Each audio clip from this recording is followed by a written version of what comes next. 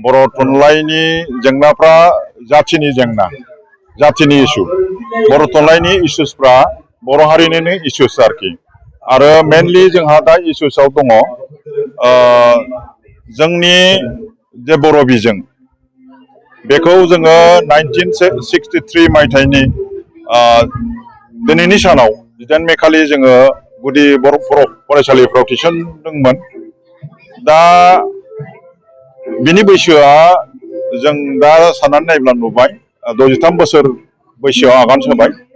दा थेवब्लाबो जोंनि बर' बिजोंनि जे जेंनाफोर, बियो जोंनि सिगाङाव गोख्रों भाबै जेब्लायबो गसंथेबाय थानायखौ जों नुनो मोनदों।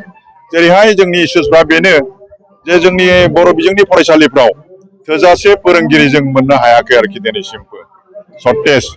आरो बिनि उनाव जोंहा दंबावो मोनसे, जे जोंनि बर' ओनसोलफ्राव गोबांथार भेन्सार फरायसालिफोर गायसननाय दं।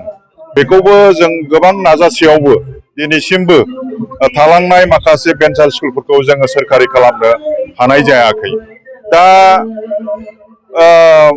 बे जोंनि बर' मिडियामनि भेन्सारखौ बाद होनानै जोंनि सोरखारि जेसेबां सोरखारि स्कुलफोर दङ बर' बिजोंनि, बेवहाय गोबां माने पस्ट लांदां जानानै थानाय मासिफोर दङ।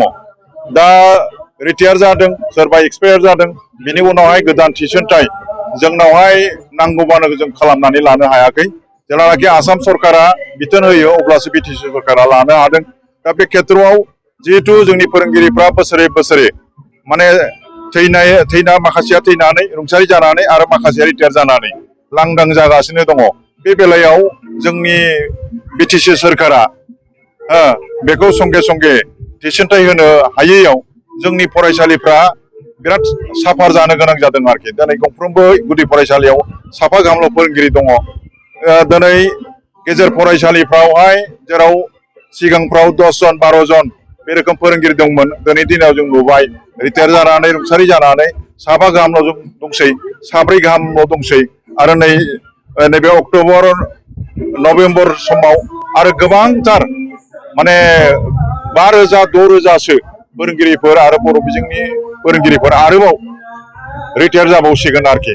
अब्ला माने जोंनि स्कुलफ्राव फोरोंगिरिफ्रा ओरैबायदि जाहैगोन, दा जोंनि गथ'फ्रा नार्भास जादों, जोंनि गार्जेनफ्रा नार्भास जादों जे बेबादि फोरोंगिरि गैयै स्कुलफ्राव जोंनि गथ' गथायफोरखौ जोङो बोरै हगारबावगोन, बिथांमोनहा बोरै, फोरोंगिरिफ्रा बोरै सोलोंथाइ होगोन जोंनि गथ' गथायखौ। बेखौ लानानै जोंनि रायजो राजानि, जोंनि गार्जेनफोरनि खर'आवबो एसे नांदों बे जिनिसा।